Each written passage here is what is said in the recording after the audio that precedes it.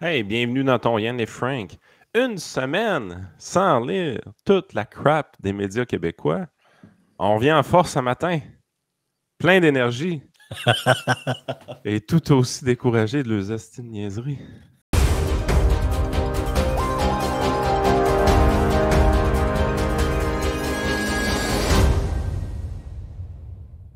Et puis c'est drôle en plus parce que j'avais fait un tweet un peu prophétique là-dessus. Attends un peu, il faut que je te le trouve. C'est quoi j'ai dit? Je savais que c'est ça qui allait arriver, mais je pensais pas que ça allait être à ce point-là.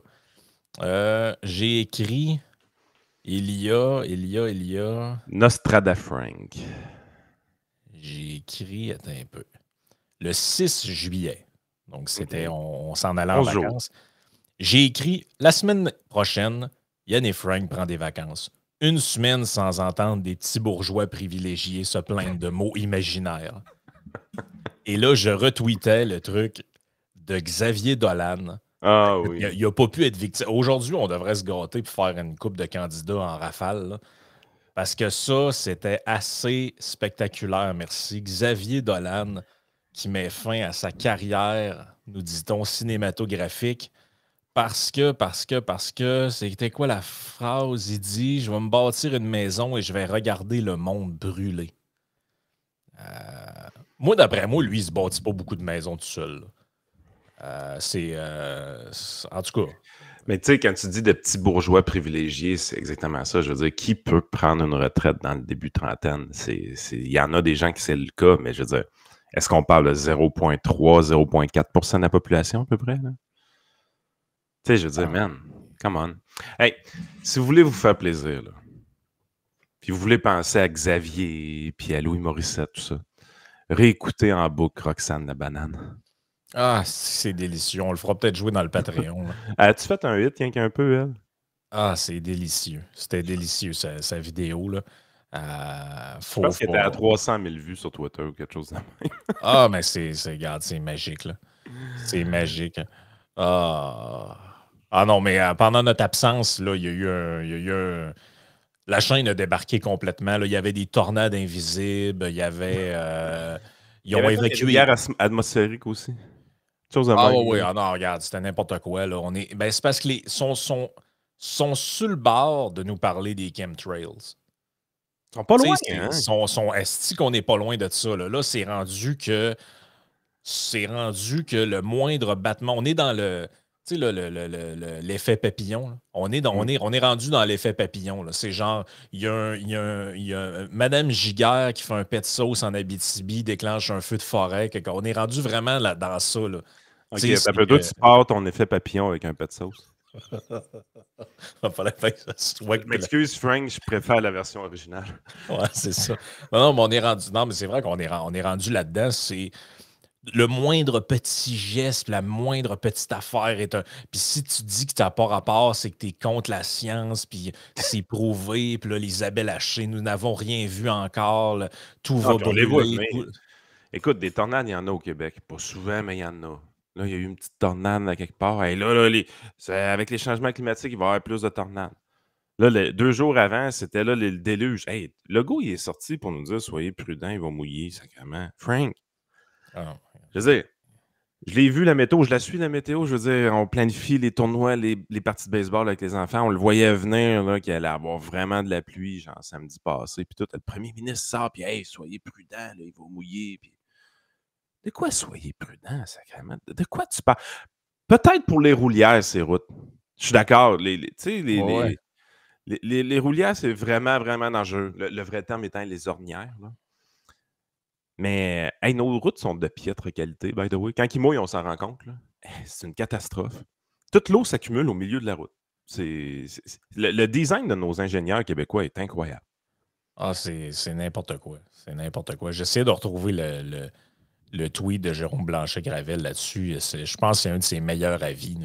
Là. Je ne sais pas si je l'ai pas loin. Oui, c'est Josiane Cossette. J'ai aucune idée qui est cette jeune femme-là. Là. C'est pas, on dirait une journaliste. Là. Ben tu vois, regarde, collaboratrice au devoir. Bon. J'étais pas loin. Elle répond. Elle écrit, elle tweet, rappel, 2 points. L'éco-anxiété n'est pas une maladie mentale. C'est une réaction lucide à l'état du monde. Et Jérôme lui répond dans un tweet qui fait 1522 likes et une vingtaine de milliers de vues. L'éco-anxiété est non seulement une maladie mentale, mais c'est la maladie mentale des Occidentaux privilégiés qui ont le loisir de s'inventer des problèmes psychologiques pendant que le reste de la planète rêve d'accéder aux mêmes conditions de vie. C'est totalement ça le point. Le point qu'on revient souvent, là, tu sais, que le monde va mieux d'année en année, que les gens sortent de la pauvreté, tout ça, tu sais, d'une manière globale, là, pas d'une manière Non, c'est locale. ça. Tu te rends compte que tu te dis, c'est nous autres qui est enviés sa planète. Mais tu regardes les problèmes qu'on nous met dans les médias sans arrêt, puis heureusement, tu le sens qu'à un moment donné, ça devient tellement ridicule de l'autre côté de la clôture. Puis c'est pour ça, je pense, qu'on a le segment Victime du jour qui est aussi populaire dans le podcast. C'est que ça devient tellement ridicule de l'autre côté que ça donne des opportunités de rire d'eux autres, puis qu'éventuellement, le monde embarque parce qu'ils disent, écoute, ça n'a plus d'allure ce qui se passe. Je reviens encore avec la vidéo de Roxane. Le fait qu'elle a scoré autant que son vidéo, c'est pas innocent, là. C'est que les gens le pensent pour de vrai, que les Christy de vedettes qui braillent sans arrêt dans le 7 jours, dans la Ah semaine, ouais. dans l'éco-vedette, name it, là, je sais même pas c'est quoi le nom de ces magazines-là. Les gens sont plus capables de les entendre brailler. Les gens sont plus capables de voir que leur vie misérable est mise à la place publique sans arrêt, puis que leur opinion compte plus que la leur. Parce que leur opinion, pour être acceptée dans la clique, est rendue ridicule. Ah non, Complètement. c'est. Si tu veux avoir un sentiment d'acceptation de la clique médiatique au Québec, là, tu dois avoir un discours complètement ridicule. Puis à un moment donné, le monde n'embarque pas là-dedans. On nous dit, hey, la planète va sauter, ça n'a pas d'allure, il faut réduire notre consommation d'essence, il faut faire attention aux véhicules automobiles qu'on conduit. Tu te revires dans le chemin, c'est rempli de VUS. Tu sais, c'est quoi que le monde pense? On nous dit dans les médias au festival d'été, hey, les gens ont adopté le vélo, toi. Tout le monde va au festival d'été en vélo. De quoi tu parles, sacrément? Il n'y a personne qui va au festival d'été en vélo. T'as beau mettre une piste cyclable là, il n'y a personne qui va là en vélo. Frank, tu y as été, t'en as-tu vu des Ouais, bicycles? il y en a un peu, là, mais tu sais, je veux dire, c'est marginal, là. Pourquoi le marginal est en première page du journal? Ah, mais c'est tout le temps ça. C'est tout le temps, tout le temps, tout le temps ça. C'est l'éloge de la marginalité, l'éloge des. L'éloge, tu sais, je veux dire, écoute, je suis allé au festival d'été pendant, ça dure au-dessus d'une semaine, là. Je suis allé 5-6 soirs, là. Tu sais, du monde qui n'ont pas trop l'air à savoir ce qu'ils sont, puis mi-homme, mi-femme, mi-animaux, pas tant de choses, là. Je suis désolé, là, autour de moi, je voyais que des individus qui avaient de l'air comme moi, comme toi, comme la majorité des gens que tu vois. Fait que, tu sais, je dis pas que ça existe pas. On le sait que ça existe. Mais c'est quand même relativement anecdotique. Ben, quand tu lis les journaux, tu as l'impression, chaque jour, c'est ça, à cette personne neurodivergente, non-binaire, queer, pas tant de choses, fait de son corps. Puis là, l'autre personne, moi, je suis fait un plaidoyer contre la monogamie. Hey, je t'annonce que d'après moi, on sonderait le monde qui avait ces plaines. Là. Hey, au show d'Imagine Dragon, ils ont fermé les plaines. Il y avait au-dessus de 100 000 personnes, là. D'après moi, c'est pas mal beaucoup de gens monogames, là. C'est de ça que tu parlais, là? Nos corps sont des œuvres d'art. Ben oui, ça, c'est le média neutre et indépendant, ça, Yann. Nos Écoute. corps sont des œuvres d'art. As-tu le petit texte qui venait avec que j'ai Oui. lis-le?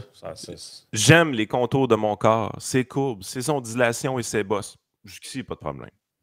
L'artiste de 37 ans se définit comme fat, queer, neurodivergente, non-binaire et activiste. Yel dit vouloir représenter dans ses créations le genre, les grosses personnes et les situations de handicap.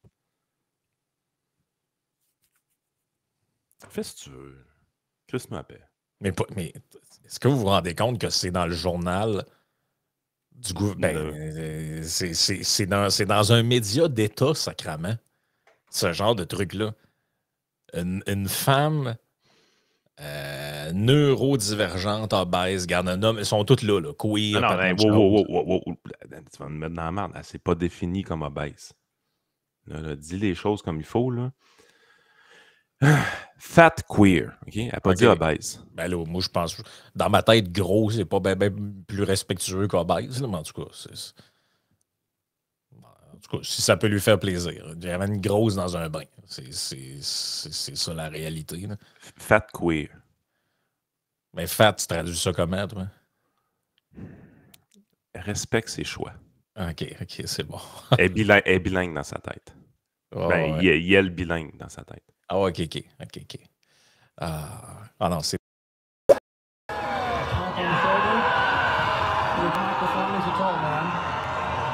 There's so much potential for beauty and for devastation. Ouais, écoute, on avait passé Xavier, mais il y en a plein d'autres. Hein. J'ai aussi des... Je ne sais pas si tu l'as vu passer, celle-là, c'est quand même assez délicieux. C'est des gens qui protestent contre le pétrole en Allemagne et qui ont encore eu l'idée de génie d'aller se coller les mains sur l'asphalte. Et là, écoute, ça a fait le tour du monde, cette affaire-là. Ils ont l'air d'une gang de bozos. Là. Oh, Évidemment, tu sais, c'est... Quelle bonne idée. Hein? Quelle bonne idée.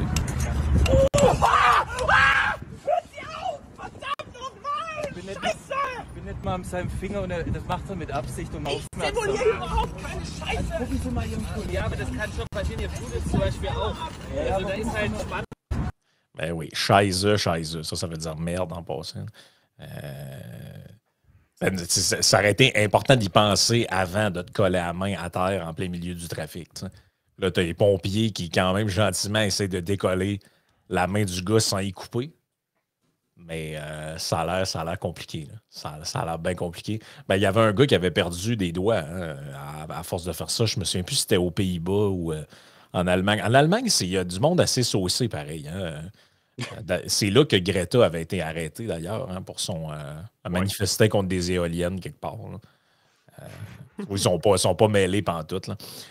Hey, écoute, dans notre... parce que je pourrais en passer toute la journée. Écoute, on n'a pas été là pendant une semaine. Il y en a tellement eu. Il y a François Legault aussi, là, qui a de la misère avec les auteurs dont il fait la promotion. Peut-être on en parlera dans...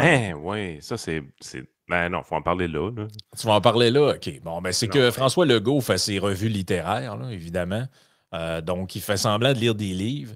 Ben, en fait, une des 36 personnes qui gèrent son compte, ça, c'est pas des jokes, hein? C'est Jim qui a publié ça, je pense, sur son compte Twitter. 36 personnes s'occupent du compte Facebook du premier ministre. Dont une au Japon. Dont une au Japon. Ça, c'est toujours quand même assez spectaculaire. Donc, lui, le premier ministre, il dit, je l'ai quelque part ici, je vais vous le mettre à l'écran, il dit, où est-ce qu'il est? Il est là. Il dit, j'ai lu que notre joie demeure du Québécois Kevin Lambert. Une architecte de renommée internationale se fait accuser de gentrification des quartiers. Critique nuancée de la bourgeoisie québécoise, des groupes de pression et des journalistes cherchent des boucs émissaires à la crise du logement à Montréal, la difficulté des débats dans notre société, romans bien fouillés, blablabla. Attends un peu. Ça, c'est la description du livre. Ça a l'air. Écoute, il n'y a aucune chance que je lise ce livre-là. Là. Ben non. Non, mais je veux dire, qui lit ça pour vrai, là? Ben non, mais personne. Lui non plus, il ne l'a pas lu. Là. Mais, je sais qu'il ne l'a pas lu. Mais quand même, tu as un gars relativement inconnu. Moi, je n'avais jamais entendu ce nom-là de ma vie, là, Kevin Lambert. Là. Je veux dire, je suis l'actualité à tous les jours. Qui est de ce que je comprends, un méga QS de Montréal. Écoute, moi, j'ai vu passer le truc parce que Aurélie Langto et du monde proche de QS avaient partagé l'histoire, disant ah, Kevin, quelle excellente réponse à notre ingrat de premier ministre, blablabla. Bon, on peut haïr François Legault pour toutes les raisons qu'on veut, mais ça reste quand même, tu te dis, bon, le premier ministre fait de la plug à ton livre sur Twitter. Il y a des centaines de milliers, sur son compte Facebook, là, des millions de personnes qui vont voir ça quasiment. Bon, millions, c'est peut-être exagéré, mais plusieurs centaines de milliers de personnes vont voir le truc. Lui, il répond Monsieur Legault, en pleine crise du logement, alors que votre gouvernement travaille à saper les derniers remparts qui nous protègent contre une gentrification extrême à Montréal. On va c'est bon qu'on parle de ça parce qu'on va en parler après de la gentrification de Montréal. Tu vas voir, c'est vraiment, vraiment en grosse gentrification. Mettre mon livre de l'avant est minable. Ben voyons donc. Hey, faut-tu que tu sois un anticapitaliste solide pour agir de même? Hey, à base, là, Côté marketing, là, c'est la meilleure plug que tu peux pas avoir pour un livre au Québec présentement, la page du premier ministre. Je comprends pas pourquoi il fait ça, honnêtement. Puis je trouve ça ridicule qu'il fasse ça parce que c'est all fake. Jamais que François Legault l'a lu, ce livre-là. Ben non, mais c'est non, mais tu sais, les gens étaient comme ils respectent pas ses convictions. Savez-vous c'est quoi qui est arrivé? C'est qu'en général, lui, il doit faire partie de la petite mouvance d'extrême gauche montréalaise. Exact. Il s'est fait Lui, challenger par ses chums. Il s'est fait challenger par ses chums qui ont dit hey, c'est boire, man, t'es quasiment rendu comme Mathieu Bock-Côté, le premier ministre t'aime. Fait que là, il fallait qu'il se dépêche de sortir pour faire pour dire que le politique allait à l'encontre des pauvres, des immigrants, là, vous êtes pro-propriétaire, pro-riche, blablabla. Ce qui est plus important pour Kevin Lambert, c'est pas de vendre son livre ou de faire connaître son livre. Ce qui est important pour lui, c'est de rester dans la gang. Dans la petite gang de gars gauche bourgeoise, bobo montréalaise. Ben oui, et le point que moi je défendais là-dedans, ça n'a pas été compris par tout le monde, mais peut-être que c'est moi qui s'est mal exprimé, mais j'ai tweeté là-dessus, puis je me disais, je sais que tu l'as vu passer, là, je disais qu'on était dans une époque de cabochon où normalement, si l'apogée de la publicité de ton truc, c'est que le premier ministre ou le président ou peu importe le plus haut dirigeant du pays en fasse la promotion, puis là, tu as ces espèces de petits acteurs-là qui ne représentent rien, qui trouvent le moyen de cracher dans la soupe. Et le deuxième point, c'était ça le plus important, je disais, et ça devrait servir de leçon à tous ceux qui essaient de courtiser ces gens-là. Exactement. Le Parti libéral l'a fait avant eux et ils refont la même affaire. Ce sont des partis qui ont été élus par les pick-up et les minivans, par les gens de banlieue, par le monde ordinaire, le monde normal, là, ceux là, que ça vous lève le cœur. Je parle pas de nos auditeurs, là, mais je parle aux haters. Ceux que ça vous lève le cœur. Les salauds qui ont une piscine, un bungalow, puis un VUS. C'était plein de marde là, que vous aimez pas. Là, ben, c'est avec eux autres les politiciens se font élire parce qu'ils représentent la majorité. Bon. Un coup qu'ils se font élire, ils crachent sur la majorité, puis là, ils essayent de cruiser les espèces les petits militants de même, puis le monde qui se font du linge en poche de jute, puis... C'est comme tu dis, que ça serve de leçon. Arrêtez de vouloir séduire ces gens-là. Ah non, oublie ça, ils sont encartés QS au mieux PQ. Que le gars avec la Miata essaye de les cruiser, tu te dis, c'est peut-être possible. C'est peut-être possible que en faisant une coupe de donuts avec la Miata, il peut peut-être les cruiser un peu, promettre une petite pause culturelle. Ça c'est possible, je peux y croire.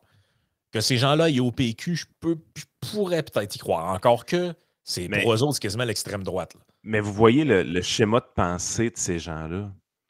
Je veux dire, ils refusent la méga promotion de son livre.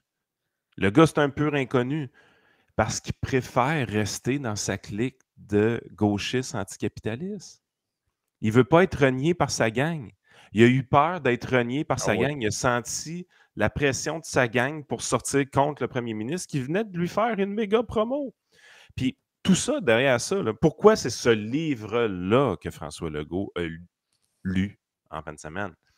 Ben, c'est parce que c'est thématique, c'est lié. Fait que, hey, regarde, on va trouver une façon de parler de la thématique du logement. Nanana. Tu as juste besoin de demander à un des 35 gestionnaires de la page Facebook de lire le livre ou d'en lire le résumé puis d'en faire un petit résumé. Tu sais, je veux dire, il a dit il y a des phrases essoufflantes là-dedans. Tu sais, je veux dire, une phrase essoufflante pour un gars qui a de la misère à dire le mot difficile comme du monde. À la caméra, ça peut être pas si pire que ça, là, on s'entend. Je ne sais pas le style d'écriture. Mais en même temps, c'est un peu paradoxal. Il nous dit qu'il a eu de la misère à lire ça, mais il n'y a pas si longtemps que ça, il nous faisait croire qu'il avait lu trois tomes de la biographie de Charles de Gaulle dans une fin de semaine. Dans une fin de semaine. C'est all fake, OK? Tout est fake. Vous voulez jouer dans le fake? Ben arrangez-vous avec votre fake. Vous voulez courtiser les petits gauchistes de Montréal? Arrangez-vous avec votre marde. Je veux dire, sérieusement, là. À un moment donné, c'est quand vous allez vous rendre compte que le monde qui paye les taxes puis qui vote pour vous autres, là, qui vous met au pouvoir, là, il s'en sac de l'uniaiserie. Il s'en sac tellement que quand on fait des shows pour rire de l'uniaiserie, ça pogne. C'est juste de même. Mais écoute, c'est parce que là, ils sont pognés avec... Montréal est en train de... On va en parler dans quelques instants. C'est un des dossiers assez intéressants de Thomas Gerbet, là. Mais Montréal, comme bien des grandes villes de ce monde, est pris avec des problèmes de drogue, d'itinérance, de criminalité, tout ça. À quelque part, il y a quelque chose d'un peu normal là-dedans. Là. Plus une ville grossit, plus une ville se densifie, plus ça vient avec ce genre de problème-là. Fait que c'est très drôle de voir les gens qui nous font la promotion de la densification. On va tous vivre empilés un par-dessus l'autre dans des petits lieux serrés, avec des rues piétonnes, ce genre de trucs-là. Mais ça va être le paradis sur Terre. Il n'y aura pas de bruit, il n'y aura pas de crime, il n'y aura pas de meurtre, il n'y aura pas de viol, il n'y aura pas rien. Ça va être le paradis sur Terre. Ça n'arrivera pas. Ça, c'est dans votre monde imaginaire. Mais là, ça crée de plus en plus de problèmes, c'est ce genre de milieu-là densifié. Et là, ben, tu as un premier ministre que, bon, lui, c'est un privilégié de la société, là, tout le monde a compris ça. Lui, il n'en avait pas besoin de son augmentation de 30 par année, mais il l'a pris pareil, mais il n'en a pas besoin. Fait que là, pour montrer qu'il n'est pas déconnecté de la réalité puis qu'il comprend, parce que là, c'est dur un peu, il pensait qu'un logement à Montréal, ça coûte 500$. Il pense qu'en envoyant au monde un chèque de 500$, ça règle le problème de la... Fait que là, il se dit, bon, ben, ou son équipe autour de lui, pour montrer que je suis connecté, je vais lire le truc d'un petit gauchiste de 30 ans, puis je vais montrer que d'un, je lis des trucs que les jeunes pensent. Fait que, tu sais, je suis jeune, je suis cool. Tu sais, c'est genre, yo, les jeunes. Il est sur le bord d'arriver avec la marionnette comme Jocelyne Le Tendre. Bon, fait que c'est ça qu'on est. Sauf que mais tu sais, l'autre, il parle d'une réalité, mais je ne sais pas de quoi il parle, hein, de la gentrification de Montréal. Ben, Écoute, là, on vient de nommer ce mot-là souvent, gentrification, puis des fois, les gens ne savent pas exactement ce que ça veut dire. Grosso modo, là, c'est que c'est une genre de théorie urbaine selon laquelle, quand tu construis un nouveau quartier ou quand tu rénoves ou réaménages un quartier, ce que ça a comme impact, c'est que tu achètes des unités modiques pour les retaper pour que ça devienne des unités plus luxueuses. Donc, ce que tu fais, c'est que tu repousses à l'extérieur du centre-ville, tu repousses les gens de la classe moyenne inférieure ou la classe un peu plus pauvre, ou même à la limite les itinérants, grosso modo. Mais ouais. C'est très contesté en passant ce truc-là. Ben oui, c'est contesté. Si tu sais, je suis juste sur Google en ce moment. Puis j'ai marqué genre Is gentrification really a problem? Et la première affaire qui apparaît, c'est Gentrification is a highly contested issue, in part because of its stark visibility. Gentrification has the power to displace low-income family or more often prevent low-income family from moving into previously affordable neighborhood. Mais tu sais, bref, c'est un enjeu quand même. C'est un enjeu économique qui est juste parfaitement normal. Pensez-y un peu. Qu'est-ce qui cause que le prix des loyers, des logements, des maisons dans un endroit de très haute productivité? Parce que c'est ça une ville. N'oubliez jamais une chose. Une ville, c'est un endroit de haute productivité. Haute productivité égale création de richesse. C'est normal que les gens qui veulent vivre proche de ces endroits-là aient beaucoup d'argent à déployer pour être dans cet endroit-là névralgique. Tu sais, je veux dire, ça ne peut pas être autrement. Ah oui. Ah non, ça ne peut pas être autrement que ça. Dans un contexte géographique comme Montréal, en plus que c'est une île, puis que le réseau de transport en commun est très centralisé au milieu de cette île-là, je veux dire, c'est normal que le pied carré coûte super cher au milieu, puis que plus tu t'éloignes, plus tu commences à respirer. Mais plus tu augmentes la productivité de la ville, plus tu augmentes la création de richesse de la ville, ben plus tu mets une pression pour augmenter le prix de ces loyers-là. C'est juste logique. C'est pas un effet machiavélique de premiers ministres qui ne pensent pas à leurs affaires. C'est une résultante d'une hausse de la productivité d'un milieu urbain. Il y a des façons de contrer ça ou d'améliorer les choses. C'est simple, c'est de déréglementer. Il y en a une autre façon de contourner ça. Ça s'appelle l'étalement urbain. Bien, ça, c'est une façon. Mais quand tu déréglementes, ce que tu peux faire, c'est que tu peux construire plus en hauteur. Tu peux augmenter, tu peux utiliser justement les gains de productivité que tu fais dans ton milieu urbain, la richesse que tu crées dans ton milieu urbain pour le mettre en immobilier sacrément. Mais parlez aux promoteurs immobiliers du Québec, là, puis ils sont bien prêts à rénover des shit, mais construire de la nouveauté, ils ne sont pas vraiment prêts à aller là. Il y a trop de réglementation dans la gestion des loyers. Ils ont peur que leur projet ne soit pas rentable. Ou Fait que ça- encore, sont prêts, mais ça fait 5 ans qu'ils attendent le permis pour commencer. aussi. Puis quand ils arrivent, ils disent, hey, on a un beau projet de 50 étages. On lui dit, ah ouais, mais là, la pollution, blablabla. Puis là, il faudrait que ce soit 12 étages Non. maximum, parce que là, le soleil, tu sais, on veut pas faire de l'ombre. Puis c'est tout le temps les mêmes petites niaiseries. Arrêtez de parler des problèmes qui n'en sont pas. Puis si vous pensez réellement que c'est un problème, mais Christy, proposez au moins des solutions qui en sont des bonnes pour régler votre faux problème. Non, c'est incroyable. Écoute. Mauvaise Mais- identification du problème, puis on propose des solutions qui ont. On propose même pas de solutions. À part chialer contre la gentrification, c'est quoi les solutions qui sont proposées? On va abolir des VUS. De quoi tu Ah, parles? mais justement, check bien ça. Il y avait un meme il n'y a pas longtemps ou en tout cas un trend sur Twitter, c'était où est Thomas Gerbet? T'sais, tout le monde disait, Ben c'est oui. quoi, Radio-Canada, l'as-tu fait disparaître? Tout ça, ben, finalement, on apprend dans les derniers jours qu'il est sur quand même un gros dossier par rapport à Montréal. Il a écrit un article qui s'appelle Les voisins de l'allée du crack racontent leur enfer à Montréal. Et ça, écoute, c'est capoté. Là. Des toxicomanes envahissent leur immeuble tous les jours pour y trouver refuge. Au centre d'injection supervisé du coin de la rue, on comprend le désarroi des résidents, mais on manque de ressources et on est dépassé par la crise des surdoses.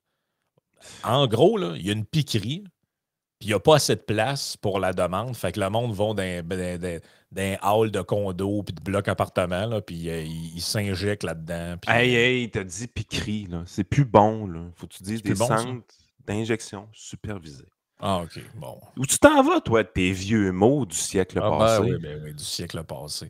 Et là, écoute bien ça. Check la cage d'escalier ici. Une personne occupe l'escalier d'un immeuble à condo de la rue Charlotte, ses affaires posées près d'une tache d'urine. Fait que toi, tu te lèves dans ton condo le matin, tu pars pour aller travailler, puis il y a un itinérant dans la cage d'escalier, il y a de la pisse à terre, puis lui, il est en train de se shooter. Alexandra vit dans la peur chaque mois qu'elle sort de son immeuble de la rue Charlotte, en plein quartier des spectacles de Montréal. Ce matin, j'avais quelqu'un qui vendait de la drogue à côté de mon garage à 5h30. La coiffeuse de 45 ans nous montre la porte d'entrée de son édifice à condo, de nouveau fracturée par des itinérants qui entrent par effraction pour se droguer ou pour dormir à l'intérieur. Quand je prends mon ascenseur, j'ai peur, avoue-t-elle. Mon condo est au 6e étage. Un matin, je suis sorti et un gars venait de faire ses besoins sur mon plancher. Ah. Appeler la police, ça prend 1 heure, donc il faut que je m'obstine moi-même avec un itinérant qui est complètement gelé, rendu au 6e étage de mon building. Et là, regarde le plancher. Là. Ça, c'est quelqu'un qui s'est fait péter une veine en s'injectant, puis il y a du sang dans la cage d'escalier. Oh, man. Ramasser des seringues et des excréments humains sur le trottoir ou dans leur immeuble est devenu une habitude des résidents du quartier. La présence d'urine est tellement fréquente entre les bâtiments que le bitume a commencé à se dégrader. La semaine passée, il y avait du sang dans mon escalier parce qu'il y en a un qui s'est piqué et il a manqué sa veine, raconte-t-elle. Par crainte de représailles, Alexandra nous a demandé de ne pas montrer son visage. Son témoignage fait écho à celui de plusieurs résidents qui vivent au coin de la rue Charlotte et de la rue Berger. Il y a tellement de consommateurs de drogue dure et de vendeurs à cet endroit qu'ils le surnomment l'allée du crack. Aïe, aïe. Lors du passage de Radio-Canada, des toxicomanes étaient assis par terre en pleine rue en train de se piquer. D'autres étaient couchés devant des entrées d'immeubles. Une fenêtre était brisée au premier étage d'un édifice à condo. Des déchets en tout genre jonchaient le sol et la rue. Pour Alexandra, la cause de tout ça, c'est la proximité du service d'injection supervisé Cactus sur la rue Berger. Ouvert en 2017, cet endroit permet à des toxicomanes de consommer en sécurité et d'être pris en charge en cas de surdose. Mais cet organisme distribue aussi du matériel de consommation stérile à emporter. Même les vendeurs en reçoivent. Je comprends tout à fait le désarroi des résidents, dit le directeur général de Cactus, que nous avons rencontré à l'intérieur du centre de supervision. Mais chaque jour, il y a une dégradation de la situation dans le quartier. Même s'il y a un jour eu de la drogue et de l'itinérance dans ce secteur, il a remarqué un cocktail explosif depuis 2019. La pandémie et un contexte d'anxiété généralisée ont stimulé la consommation de drogue. Il y a eu aussi des changements dans le monde du crime organisé, dans le type de drogue en circulation. Le nombre de surdoses est en forte augmentation. À Montréal, en salle de consommation, elles sont passées de 77 en 2019 à 351 en 2022-2023, soit 456 % de hausse. Fait que ce qu'on lisait sur le fentanyl dans le coin du BC, là, il y a peut-être 4-5 ans, là, quand ça Ouais, commençait, ces histoires-là, là, ben, c'est rendu aux portes de Montréal. Là. En ce moment, on a une moyenne de 2 surdoses par jour dans la salle. Dans la place où ils font ça, là. Il y a des surdoses, puis du monde qui tombe à terre. Puis, Tabarouette. l'organisme en a déjà plein les bras à l'intérieur, avec 200 consommateurs accueillis chaque jour. Alors, gérer la rue, ce n'est pas notre mandat. Ça, je suis d'accord. Là. Hey, le monde qui travaille là, c'est des saints pareils. Là. On va se le dire. Là. Écoute, c'est sûr que ça prend un profil très particulier pour travailler dans ce genre de truc-là. Je les comprends de chialer, mais ils parlent des résidents, parce que nous aussi, ça nous dérange. Nous, de l'autre côté, on gère la frustration des usagers. Cactus a dû réduire ses heures d'ouverture de 15 heures à 2 heures du matin en raison du manque d'infirmières fournies par le réseau de la santé et des services sociaux. Tabarnak. C'est tout le temps ça le problème. Parce que t'es pas obligé. C'est un centre de se superviser. OK? Ça veut dire que normalement, tu peux venir te piquer là, puis il va y avoir du monde, tout ça. C'est là la place la plus safe. Tu es obligé de le fermer parce que tu n'as pas de staff. Fait que là, ça ne devient plus un centre supervisé. C'est là que tu lui donnes du stock, puis il va te piquer à quelque part. Au moins, tu vas avoir du stock propre. À quelque part, genre dans le hall d'entrée du condo de la personne qui reste à côté. Le petit problème, c'est tout le temps ça. Christy de système de marde. Pas capable d'avoir du staff. Ça a l'air d'une bonne idée. Là. Tu dis, hey, on va pouvoir faire une piquerie. Ah là! Mauvais mot. Centre d'injection supervisé. On va faire ça. Il va y avoir du monde. Les gens vont faire ça en sécurité. Si jamais ils ont une surdose, on va pouvoir intervenir. Tout va être parfait. Tu le fais. C'est quoi? Pendant quelle heure il est fermé? Pendant la nuit, genre? Ouais, il ferme à 2 heures du matin puis il rouvre à 3 heures le lendemain. Il est fermé pendant quasiment 12 heures. C'est sûr que ça va bien aller. Ah non, écoute, c'est le genre d'affaires, il faut que tu ouvres 24 heures. 24-7. Ben oui, 24-7. Là. Puis, tu sais, en tout cas, c'est parce que là, est-ce que vous vous rendez compte que le modèle que veulent tous les petits urbanistes en herbe là, qui polluent les réseaux sociaux là, sur la densification, le transport en commun, toute la patente, est-ce que vous pensez que des gens ont le goût d'aller vivre au centre-ville de Montréal, payer un condo, probablement 2 à 3 fois le prix de sa valeur réelle, parce que vous êtes en plein milieu d'une île qui a limité la construction, etc. Donc, vous payez l'équivalent d'un genre de 4,5 qui devrait vous coûter, je sais pas, moi, 100 quelques mille piastres ailleurs, mais il vous a coûté 300 quelques mille, 400 000, 500 000 parce que vous êtes au cœur de l'île. Puis vous vous levez le matin dans votre cage d'escalier, puis il y a de la pisse à terre, de la marde à terre, parce qu'ils ont eu l'idée de génie d'ouvrir une piquerie, un centre de supervision, d'injection au coin de la rue, mais ils sont pas assez brillants pour l'administrer comme du monde ou donner les ressources à ceux qui l'administrent pour le gérer comme du monde. Fait que tu ramasses l'effet négatif d'une piquerie. Tu ramasses l'effet négatif de ça, qui est de concentrer les utilisateurs au même endroit, sans l'effet positif, qui est de dire on va le faire de manière supervisée à l'intérieur de nos murs. Voyez-vous oui, parce que là, la clientèle est concentrée là, mais il n'y a pas le service, ou en tout cas le service. C'est un peu comme si, ramenez-vous dans le passé, vous restez dans un secteur et on ouvre un hôpital psychiatrique. Sauf qu'on oublie de mettre du staff dedans. Qu'est-ce que vous pensez qui va arriver? Il y a beaucoup de gens qui se promènent dans la rue et qui parlent au petit Jésus. C'est ça la réalité. Là. C'est tout le temps la même histoire au Québec. C'est toujours la même problématique. Mais check bien l'implication que ça a là, pour monétairement parlant. C'est assez capoté. Ça doit être 30 à 40 de moins sa valeur des condos, je gage.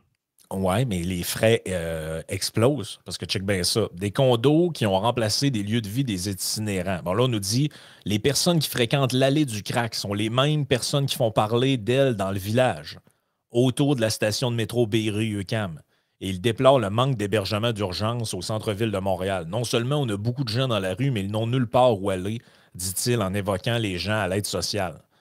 Il dénonce les politiques d'urbanisme des dernières années. On a déplacé ces gens-là. Tous ces nouveaux condos se sont faits aux dépens des populations qui vivaient ici. Bon, là, ça, c'est le bout de sa gentrification. Ça n'a pas rapport. Oui, mais c'est vous qui vous voulez que les gens aillent vivre dans des tours, hostie, au centre-ville, parce que c'est pas bon de sortir et d'aller en périphérie.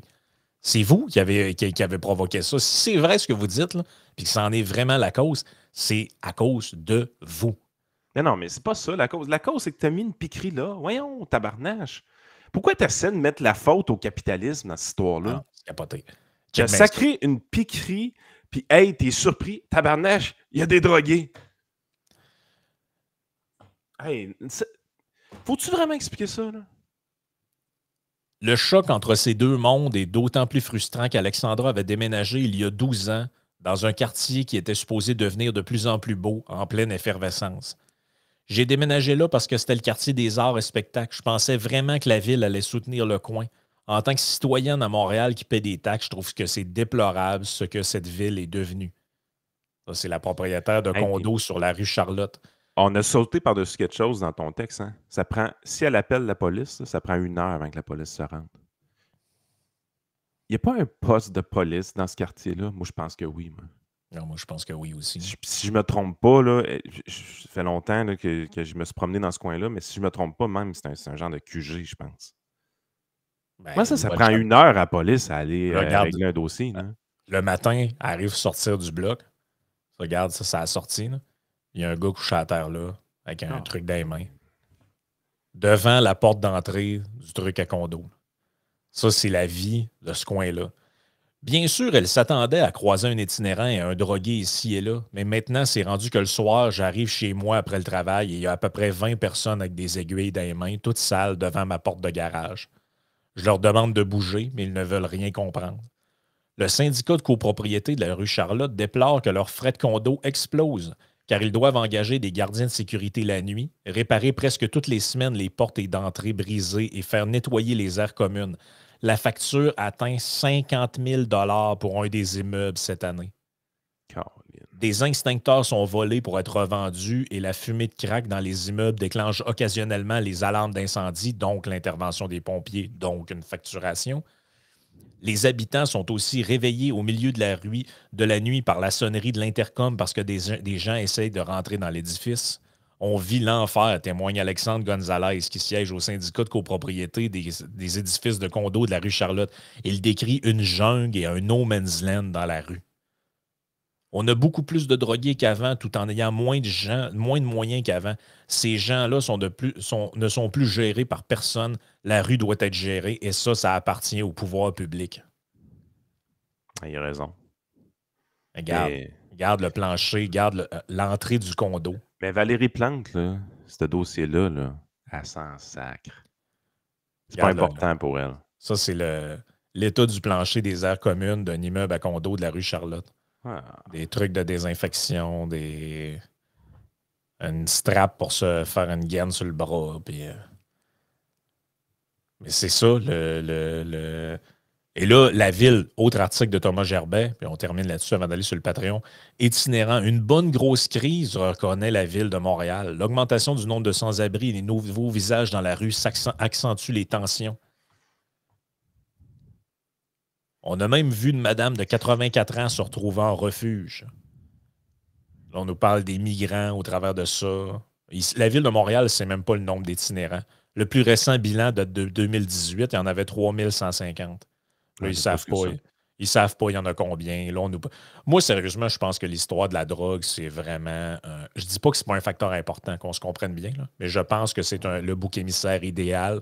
On se cache en arrière de ça. Bon, c'est pas de notre faute, là. C'est le problème de la drogue, puis tout ça, puis c'est les nouvelles drogues. Écoute, non, il n'y a pas de ressources. La dope, ça existe depuis toujours. Là. Mon oncle était enquêteur à la ville pour le SPVM il y a des années de ça, là. Puis Chris, les gens se droguaient avec des pots. Ils ramassaient des pots de cire à chaussures. Puis ils se droguaient avec ça, là, dans des containers. Fait que du monde qui se drogue avec de la marde, là, des plures de bananes chauffées dans le four, puis sur un rond de poêle. Ou des gens, de la toxicomanie, puis tout, ça existe depuis toujours en ville. Si la situation est en train de se dégrader, je dis pas que la drogue n'a rien à voir là-dedans, au contraire. Mais je pense pas que c'est le fin mot de l'histoire. Je pense pas non plus que c'est parce qu'il manque de logements sociaux. Là. Ben écoute, les troubles d'anxiété mentaux ont augmenté définitivement. Tu te ramasses pas à la rue du jour au lendemain. Il y a une progression. Fait que, tu sais, c'est sûr éventuellement que ça a un impact. Là. Ça a définitivement un impact. Puis après ça, les ressources ne sont pas là. Les maires communistes du Québec, là, ils nous cassent les couilles avec le climat, sans arrêt. Ils mouillent un peu, ils sortent, puis ils disent « Ah, le climat! » Mais ça, là, c'est directement... Ça, s'ils décident de s'occuper de ces problèmes-là, puis d'allouer des ressources à ça, là, l'impact, il ne sera pas dans 10 ans en Antarctique. Là. L'impact, il va être immédiat dans 2 semaines. Mais ils le font pas. Ah non. Mais c'est drôle, hein, il n'y a jamais de pénurie de main-d'œuvre. Tout ce qui est poste pour la diversité à la Ville de Montréal, les comités de l'inclusion, tout ça, as-tu remarqué qu'il n'y a pas beaucoup de pénurie de main-d'œuvre pour ces trucs-là? Toutes les bonnes bullshit jobs sont remplis. Les inspecteurs. Hey, on trouve du monde pour inspecter vos bacs de recyclage puis vos bacs de compost. Les pailles. Quand ils ont interdit les ustensiles en plastique, Yann, puis les pailles en plastique à Montréal, ils ont mis sur pied une escouade qui allait dans les restaurants écœurer le monde pour voir s'ils ne mangeaient pas avec des cuillères en plastique. Pourquoi tu as des ressources pour ces conneries-là, puis tu n'as pas de ressources pour un vrai problème? Non. Pourquoi? Pense-y, là. Pourquoi? Mauvaise allocation de ressources. Pourquoi mauvaise allocation de ressources? Parce que, un, c'est des pas bons, puis deux, ils ont probablement trop d'argent dans les mains. Ils ne savent plus quoi en faire. Mais ils font juste des affaires cool dans les médias. Qu'est-ce que je pourrais faire? Combien de milliards je pourrais dépenser pour une bébelle qui me ferait beaucoup de visibilité politique? Man, on parle de centaines de milliers, peut-être quelques millions de dollars qui seraient nécessaires pour aider à acheter des ressources pour des intervenants. Comme je le dis, là, les intervenants qui travaillent dans ces milieux-là, dans un contexte de pénurie de main-d'œuvre, c'est des saints. Là. Ah, c'est ça. C'est pas eux autres qu'on pointe du doigt, évidemment. Là. Ceux-là qui sont encore là à se démener, là, puis à essayer que ça marche, puis essayer d'aider le monde, là, c'est capoté comment ils sont dévoués. Mais comment tu fais pour en avoir plus des gens comme ça? Ben, un, tu lui donnes un milieu de vie sécuritaire, un milieu de travail sécuritaire, première des choses. Puis deux, tu staffes le monde comme du monde. Ouais, mais là, il y a une pénurie de main-d'œuvre. Hey, quand tu payes ton monde, tu es capable d'avoir du monde. Là. Ah, je peux pas payer l'infirmière dans un centre d'injection plus cher qu'à l'hôpital ou à telle place. Non, non, non. Ah, OK, pourquoi? Ton esti de convention collective encore. Ton syndicat encore. Non, c'est tout le temps les mêmes affaires. On dirait qu'on revient toujours au même constat. Écoute, on est un petit peu pressé, donc on va passer directement à la partie Patreon. Ben oui, on a déjà dépassé le temps même pour la première partie. Fait qu'on s'en va là. Écoute, il y a un petit scandale autour de Mike Pence et de Tucker Carlson. On va en parler dans la partie Patreon, puis on reviendra sur notre amie Roxane la banane.